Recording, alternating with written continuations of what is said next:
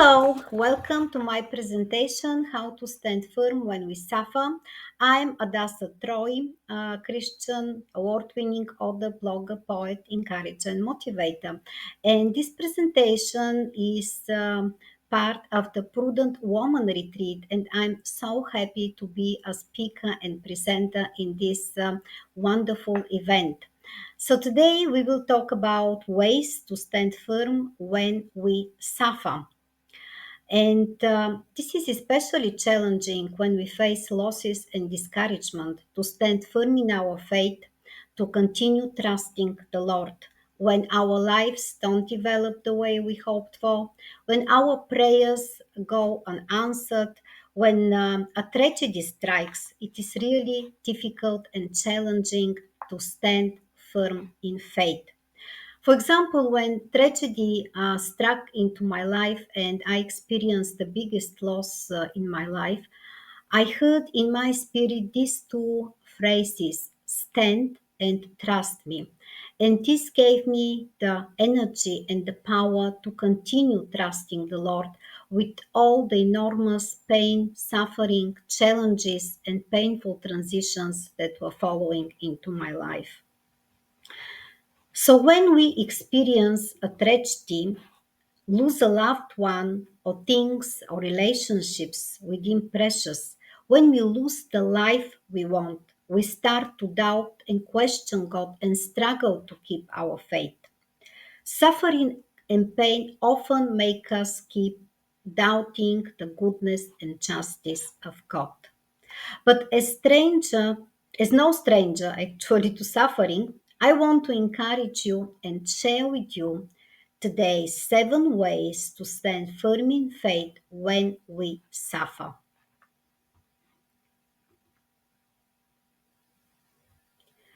So, what is faith and why we need to stand firm in it? In Hebrews 11:1, we find a very beautiful definition of faith. Now, faith is confidence in what we hope for and assurance about what we do not see. Faith is confidence and assurance in invisible things. It is the force that keeps us going and enduring in the place of not yet. Most of all, faith is a constant commitment and trust in God despite hardships and trials. It is the fuel that helps us endure great struggles and conflicts face to face with suffering. We need to stand firm in faith, especially when we suffer, because faith will enable us to overcome and hold the tension between God's promises and the painful reality we face. Let's start with the first 3 ways to stand firm in faith when we suffer. They are based on the book of Job, and this is no surprise because we know Job as perhaps the person in the Bible who suffered the most inexplicable and intensive suffering and endured great losses. So let's delve in and see what are these 3 ways to stand firm in faith.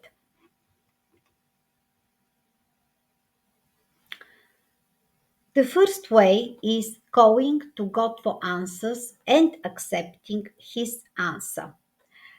Job's strongest wish in his suffering was his desire to hear God personally and to receive a personal explanation from the source.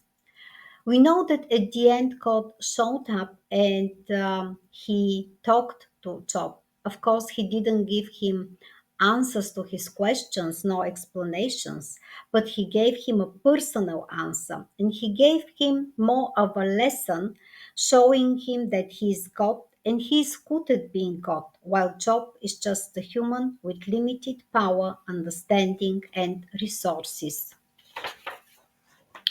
God's answer, interestingly, brings Job to a place of deep humility and worship. Here is what Job says at the end: "Surely I spoke of things I didn't understand, things too wonderful for me to know. My ears had heard of you, but now my eyes have seen you. Therefore I despise myself and repent in dust and ashes. Job 42, 3, 5, and 6. Friend, when we suffer, let's go straight to God with our questions, doubts, and needs. God will never leave us without encouragement, revelation, or specific truth to help us in the struggle. The next way we can learn from Job is to remember that God is God.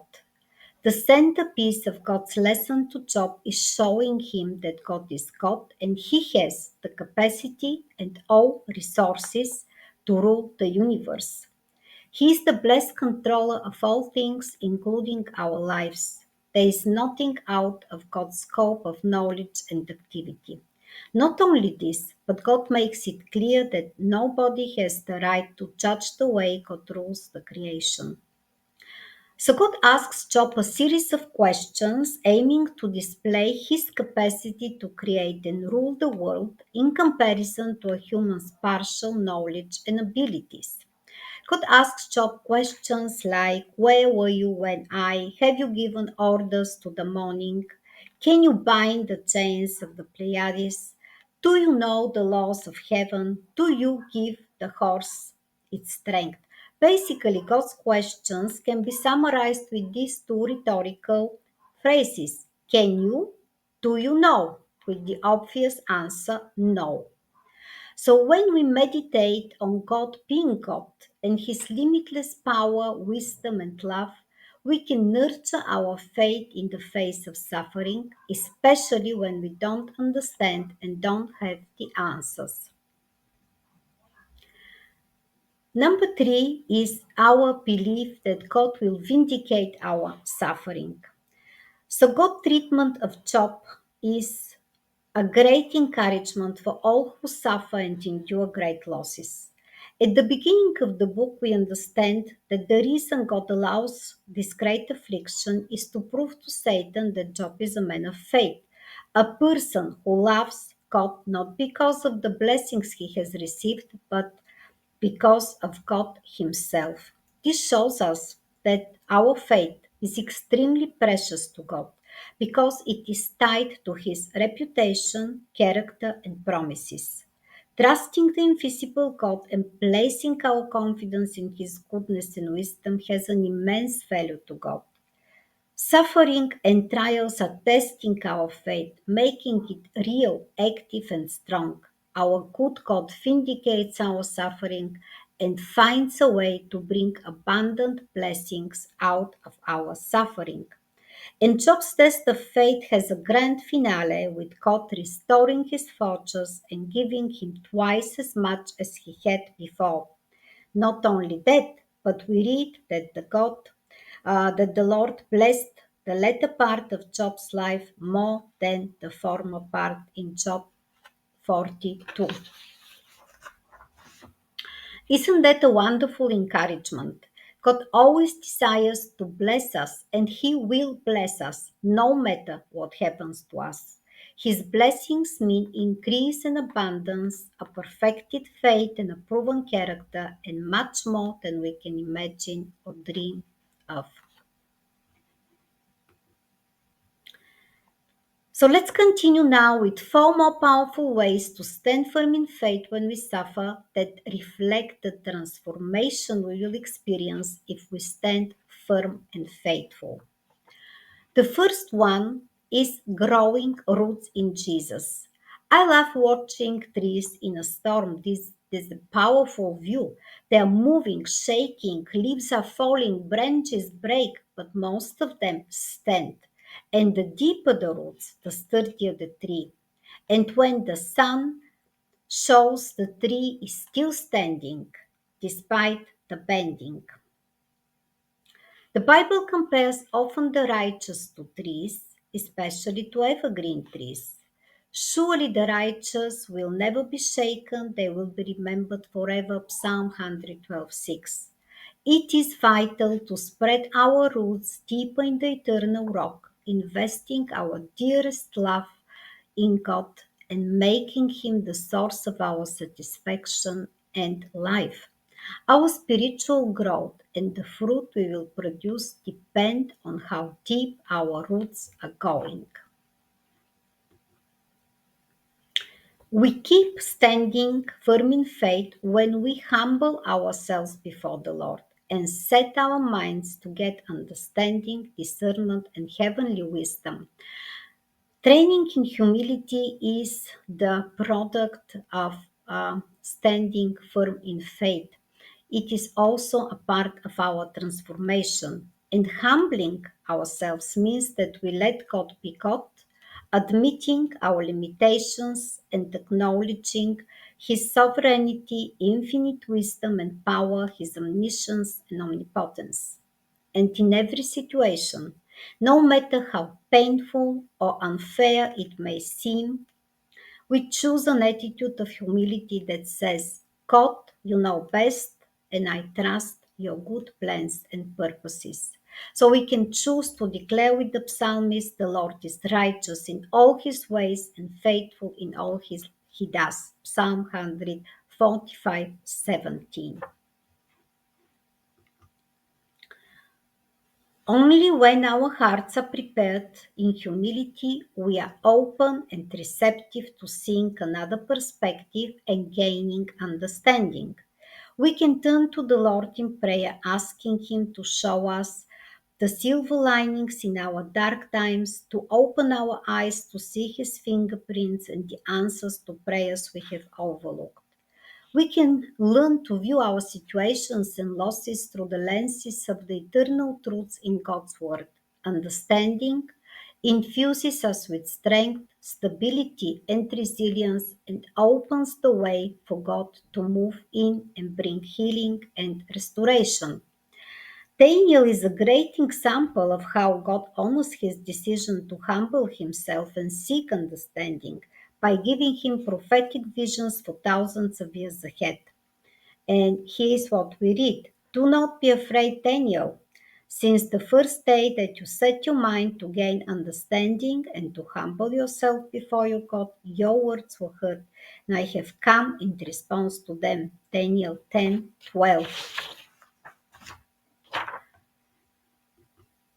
There is no better way than this last way to stand firm in faith when we suffer, and this is the constant choice to trust the Lord with everything and with everyone in our concern.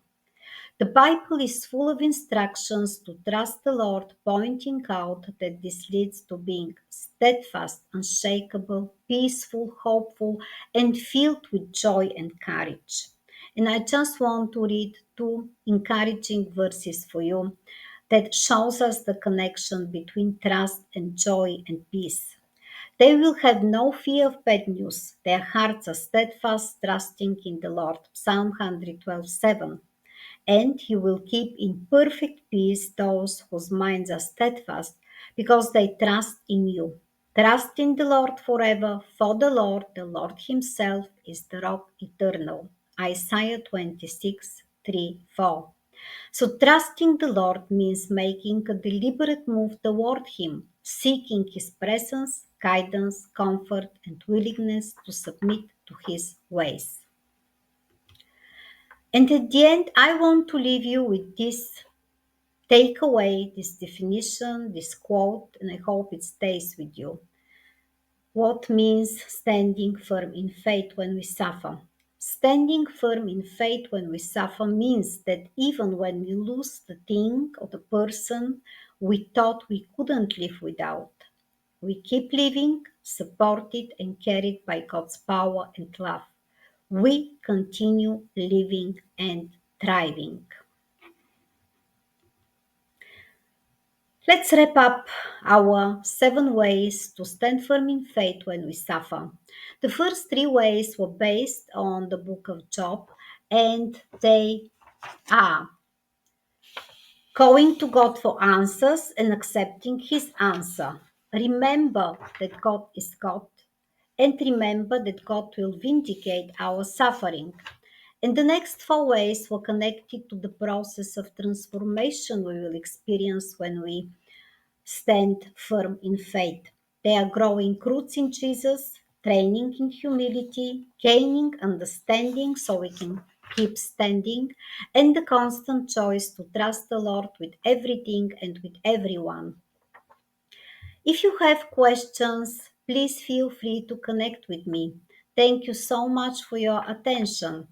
You can connect with me on my website on thewaypg.com, where I also have a section with free resources to keep the faith.